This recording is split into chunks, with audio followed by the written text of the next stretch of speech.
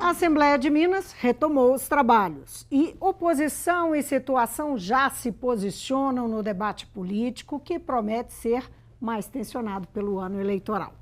Conversa comigo o deputado Durval Ângelo, do PT, que é líder do governo Pimentel na casa. Bem-vindo, deputado. Obrigado, Vivian. Deputado, na mensagem ao Legislativo, o governador Pimentel voltou a atribuir parte da difícil situação financeira do Estado a governos anteriores, aos governos tucanos. A oposição diz que o argumento não se sustenta após 3 anos de gestão e acusa a máquina do governo de estar inchada. Como é que o senhor enxerga essa discussão, essa retomada dessa discussão? É já o debate eleitoral que está em curso na casa? Olha, eu acho que a oposição, nesses 3 anos, não saiu do palanque eleitoral. Porque o que eles nos acusam acaba sendo o que eles praticam, né? A gente vê que as críticas são radicalizadas, coisa que nunca oposição nenhuma, e eu fui aqui na casa 20 anos de oposição, nós nunca fizemos um debate tão radicalizado, num nível tão baixo, atingindo familiares do governador, ou atingindo do ponto de vista pessoal secretários. Hoje a oposição, eu até compreendo, porque eles estavam tão acostumados a ser do poder durante quase 20 anos, que eles não esperavam que fossem perder. E consideravam que o turista da Veiga, que eles trouxeram para disputar a eleição, seria um passeio tão fácil, porque eles não tinham um plano B. Eles iam ganhar a presidência da República, iam ganhar o governo do Estado e o imperador de Minas ia continuar reinando, ampliando talvez o seu reinado para o Brasil. Só que eles não tinham um plano B. Então eles ficaram órfãos e viúvas. Então eu acho que eles nunca desceram do palanque eleitoral. Agora, quando o governador retoma isso... O governador coloca o ponto nos is, o pingo nos is. Talvez dando uma resposta a esses ataques, para mostrar o seguinte: olha, vocês hoje criticam atraso de transporte escolar. Hoje nós temos 3 meses de atraso de transporte escolar. 2 meses serão pagos agora em fevereiro, então nós vamos ficar com 1 mês. Só que eles não dizem que 4 meses foi herança do governo tucano. Nós, quando assumimos, em janeiro de 2015, os números estão aí, havia um déficit orçamentário de 7,2 bilhões e tinha dívidas, por exemplo, como do transporte escolar. Tinha dívida de ICMS, tinha dívida de IPVA e tinha 1,8 bilhão de dívidas para a saúde. Só que naquela época nós não tínhamos um AMM transformando num palanque eleitoral, criticando, querendo entrar na justiça. E por que agora tem? Porque agora tem, porque na realidade eles vislumbraram... A AMM é a Associação Mineira dos Municípios, representando os municípios menores. Alguns estão dizendo que tem outro nome, PVA, Partido das Viúvas do Aécio, né? Porque eu acho que hoje o sentimento de orfandade e viuvez é evidente. Mas por que agora é diferente? Muito simples. Eles perceberam que em outubro desse ano vão perder outra eleição. Perceberam que eles não apresentaram nada alternativo para o povo de Minas Gerais. Fizeram só palanque eleitoral os 3 anos.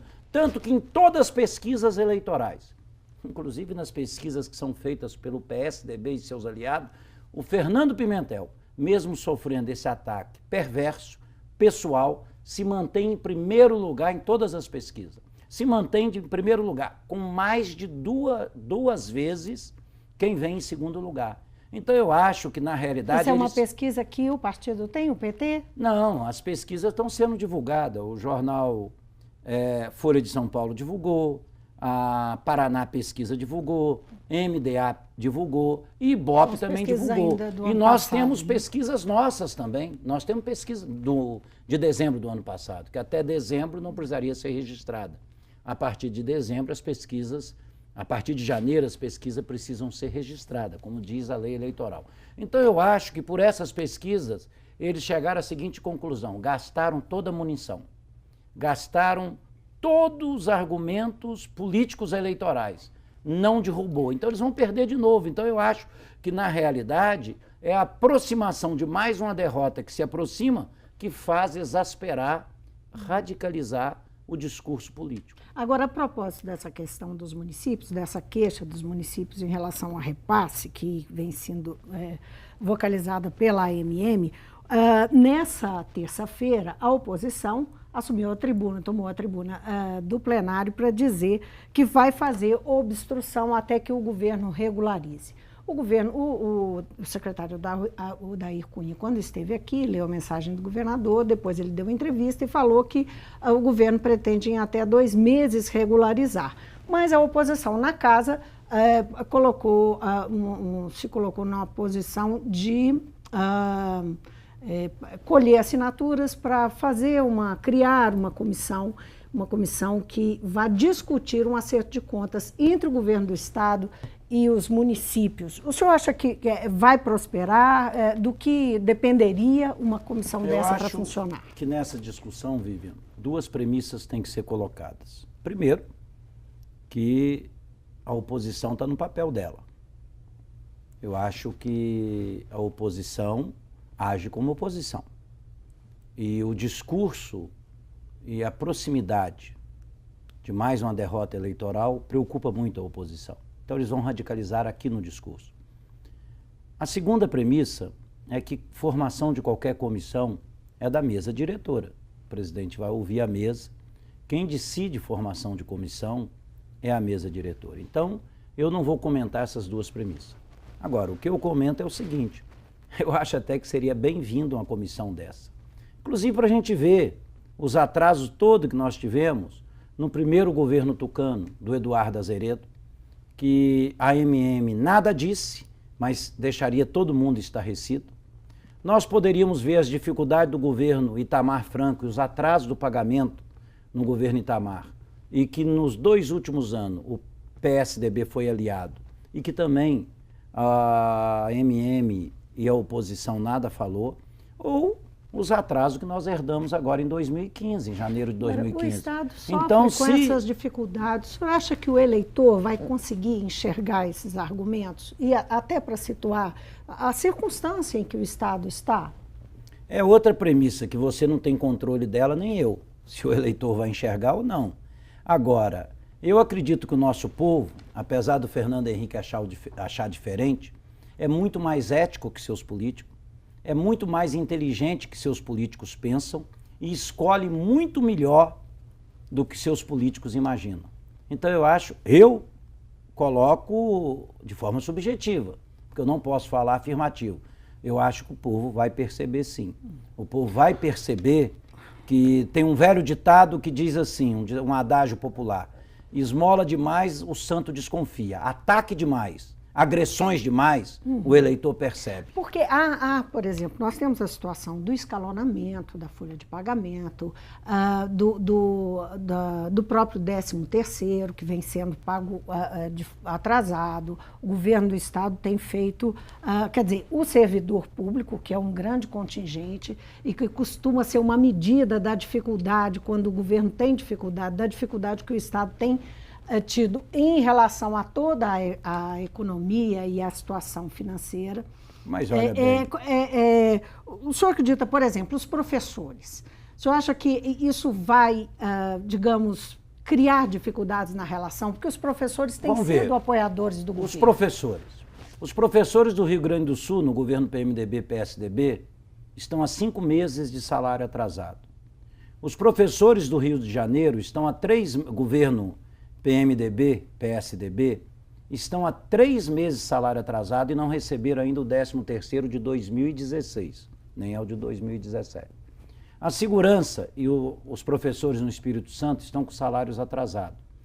Se você olhar, por exemplo, o governo do PSDB de Goiás, os pagamentos não estão sendo feitos no mês respectivo. O que o governo tem feito? O governo tem pago o salário sempre no mês seguinte. O 30 ou 31 do mês tem sido perseguido de forma muito rígida e eu acho que as pessoas estão vendo que a situação nacional é uma situação de crise. É uma situação de crise. É de crise que você vai ver grandes jornais de Minas e de outros estados, os jornalistas estão com salários atrasados. Tiveram 13º parcelado. Eu pergunto, será que os professores, o eleitorado em geral, não estão vendo que nós estamos vivendo numa situação de golpe no Brasil, uma situação recessiva, de perda de direitos, de venda de ativos que seriam importantes para desenvolver a educação, a saúde, como, por exemplo, da Petrobras. Então, eu acho que o povo vai perceber, sim. O povo vai saber que aqui em Minas tem um esforço para acertar uma situação que está muito difícil. Ao mesmo tempo, o duodécimo dos poderes, como do Legislativo, do Executivo, do Judiciário, do Ministério Público da Defensoria, têm sido pagos em dia. Em 11 estados do Brasil, os duodécimos não têm sido pagos. Nossos servidores da Assembleia aqui estão vendo o esforço de pagar o duodécimo, que não há atraso de salário aqui. Entendeu? Então eu acho, quando você fala, o povo vai perceber. E agora, quem causou essa situação nacional? É exatamente o PSDB. O Aécio entrou com as denúncias para dar o golpe por brincadeira, como ele diz, né, uma palavra de baixo calão, ele diz que é a única coisa que ele se desculpa, não se desculpa da mala de dinheiro, nem dos 40 milhões do apartamento, mas se pede desculpa pelas palavras de baixo calão. Ele disse assim, que ele entrou com ação na justiça, está na gravação, só para encher o saco, só para prejudicar. Pois bem, está levando a economia para onde está levando. Então eu acho que o povo mineiro vai perceber que a causa dessa situação econômica nossa tem aqui Aécio Neves, o PSDB e seus aliados como os grandes causadores. Por isso que nós estamos vivendo isso. Mas, deputado, e aquela questão da direção do Instituto de Previdência dos Servidores Militares? Eles estão questionando que há um repasse paralisado ainda, que não ocorreu, de 2,8 bilhões que o governo teria que fazer. Isso, como é que está essa questão? O governo já se posicionou sobre isso? Não, o governo se posicionou. Você pode se lembrar, que você é da Assembleia, que no governo Aécio, ele retirou 1,5 bilhão, com a lei aprovada aqui na Assembleia, com um voto contrário dos nossos, do Instituto de Previdência. No governo Anastasia, foram 2,3 bilhões que foram retirados. Se você notar que essas duas retiradas em duas leis estaduais, uma feita pelo Aécio, outra feita pela Anastasia, você vai ver que nós estaríamos numa situação superavitária hoje. Então eu acho que a história mostra que tem uma sequência de atos de governo anterior que se esquece no momento desse. Por quê? Por que a oposição não vem a público e diz, vamos pegar as leis aprovadas aqui na Assembleia?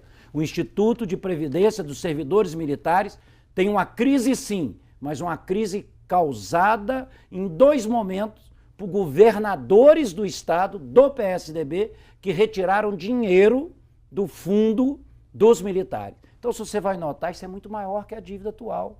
Isso é muito maior que a dívida. Então, quando vier alguém da oposição aqui, ou mesmo um representante militar, pergunte, mas vem cá, por que vocês não fizeram esse mesmo movimento quando esses 2 governos esvaziaram os fundos do Instituto de Previdência e usaram o dinheiro para pagar a dívida, para pagar outro rombo, ou para construir a cidade administrativa de Minas Gerais, aquela pirâmide, aquele elefante branco. Então eu acho que contra os fatos a gente tem argumento, sim, podemos argumentar, podemos mostrar que o Instituto de Previdência tem uma crise herdada, gerada por essas 2 leis que esvaziaram os fundos do Instituto de Previdência. Então, agora você vai dizer o seguinte, o governo teria que estar repassando, pagando em dia. Eu aceito a crítica, tem atraso, não é deste valor, é muito menor, mas teve 2 momentos que enfiaram a mão no Instituto de Previdência dos Militares e muitos deputados que hoje criticam voltaram a favor e não levantaram a voz na época. Deputado, vamos falar um pouquinho de política partidária. Antes, só queria que o senhor fechasse essa parte, né, que é a parte mais ligada ao seu trabalho na Assembleia. O que é prioridade, só para a gente encerrar, o que é prioridade para o governo nesse próximo semestre? Eu acho que os grandes projetos... Que é ano eleitoral e que o segundo semestre a gente sabe que é disputa. Os grandes projetos do governo foram aprovados no ano passado. Eu te diria que nesse ano, as prioridades que forem da casa, que forem da mesa diretora, que forem dos deputados, serão as nossas. Só que eu acho A pauta, então, está mais... Que nós temos que votar os vetos que estão obstruindo a pauta. Acho que a sociedade vai nos cobrar a votação, né? A gente vê, por exemplo, o que levou à votação no ano passado foram o desgaste que nós estávamos tendo na sociedade. Então, se nós não votarmos nada de veto ou de projeto nenhum, daqui 2, 3 meses a própria sociedade mineira vai estar cobrando. Vai dizer, para que nós estamos pagando deputados e pagando bem se eles não votam o projeto, se eles não dão quórum, se eles não vão lá para discutir? Então, eu acho que nós não temos nenhum projeto específico com interesse.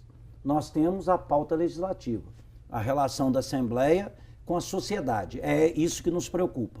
E no ano eleitoral, se a gente não votar nada e ficarmos só por conta das nossas campanhas, quem vai cobrar não é governo nem oposição, é a sociedade que vai cobrar da Assembleia. Deputado, o PMDB, que é o principal aliado do PT no governo, está dividido. Parte da legenda, que é capitaneada pelo vice-governador Antônio Andrade, que é o presidente da legenda em Minas, defende candidatura própria e articula com a oposição.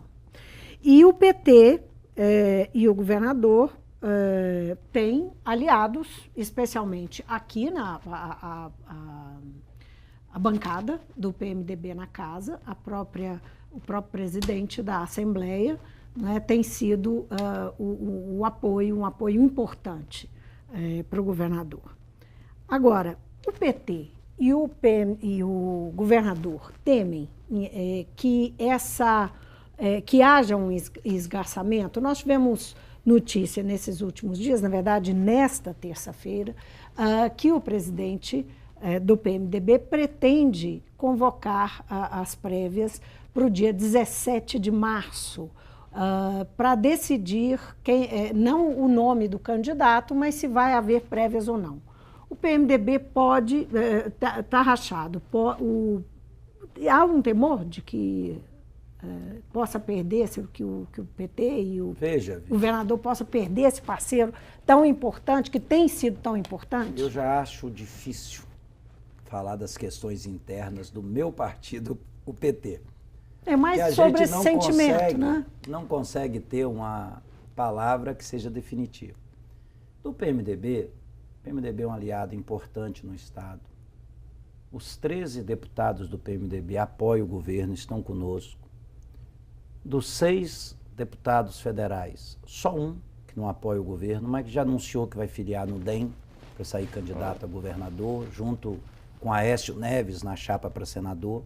Então, eu vejo é Rodrigo Pacheco. É Rodrigo Pacheco. Eu vejo que hoje, já que alguém sai, eu posso dizer, a unanimidade da bancada federal, a unanimidade da bancada estadual apoia o governo.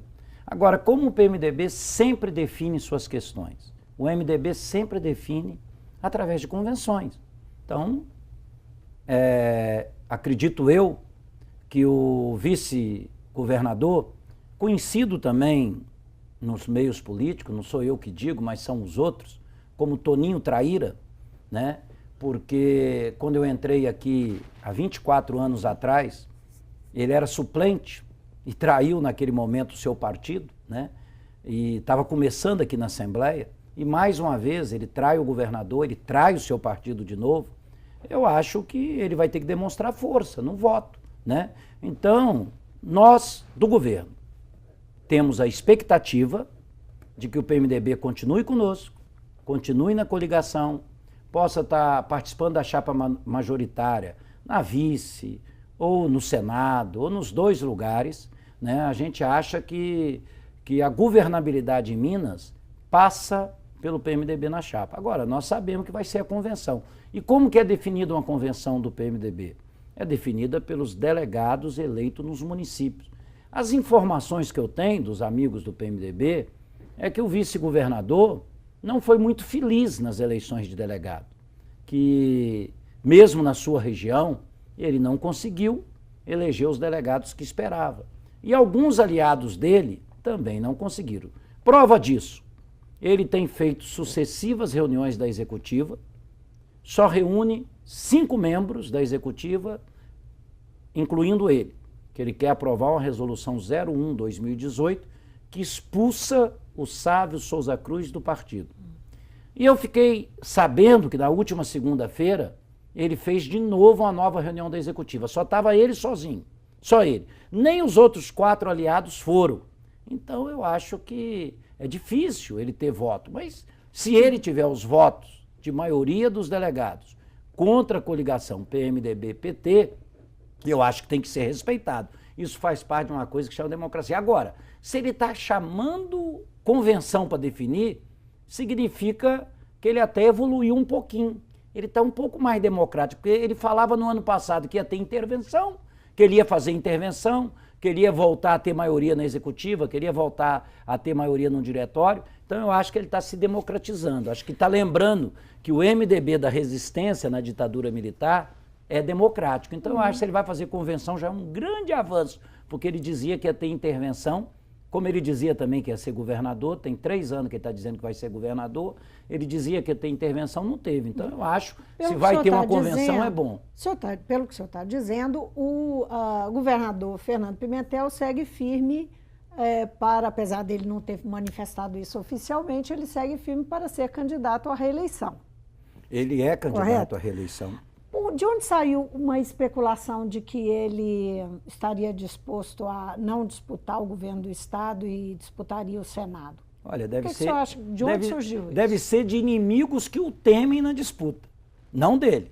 Deve ser de alguém, ou de partidos, ou de grupos políticos que o temem na disputa. Porque ele nunca falou isso para ninguém, sempre reafirmou nas conversas privadas a candidatura à reeleição, então ele já deve estar sendo temido de novo, né? E aí talvez eles vão ter que buscar, em vez de um turista, talvez 2 para disputar com ele. Porque eu digo o seguinte, ele vai ser candidato e nós vamos trabalhar para ganhar as eleições no primeiro turno. O senhor acha que se, por um acaso, Anastasia, o senador Anastasia, que foi governador, mudar de ideia e entrar para a disputa, como o campo dele acredita, ele pode ser realmente um oponente difícil para o governador Fernando Pimentel? Eu acho que a gente não pode menosprezar nenhum oponente. Nenhum. Nem os que estão entrando agora, trocando de partido, que estão com 1 ou 2%. Eu acho que a máxima da política é a gente respeitar sempre os oponentes. Mas o governador Fernando Pimentel é candidato, em qualquer situação, contra qualquer candidato. Só que nós vamos mostrar o que nós fizemos, vamos divulgar as nossas ações no governo, vamos divulgar os avanços que foram significativos, vamos divulgar que Minas Gerais foi o único estado da União que teve superávit na geração de emprego no ano de 2017, isso é muito importante, nós geramos mais emprego do que desemprego e, principalmente, os nossos adversários vão ter que se livrar de um ranço muito forte, que eles são criador e criatura de Aécio Neves. Então, como que eles vão desvincular o Aécio Neves de suas campanhas, porque as nossas pesquisas de opinião mostram um desgaste enorme de Aécio Neves e seus aliados.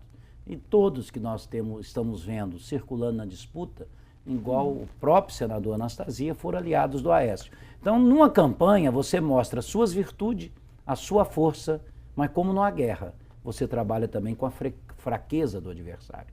Só para encerrar numa palavrinha rápida, o senhor acha que uma eventual ausência de Lula na disputa presidencial pode influir na disputa para o governo do Estado, de alguma forma, fazer falta a Fernando Pimentel? A pesquisa Datafolha mostra algo que eles esconderam que a gente tem que divulgar aqui. 27% do eleitorado votam num candidato indicado pelo Lula, em qualquer circunstância, caso ele não possa ser candidato. E 17% podem votar num candidato indicado pelo Lula. Isso a Datafolha não mostrou. Vocês estão mostrando agora, de primeira mão, na nossa TV Assembleia. Então eu pergunto, mesmo se o Lula não for candidato, ele não tem poder de transferência de voto? Se 27 dizem que votam com certeza, 17 dizem que podem votar.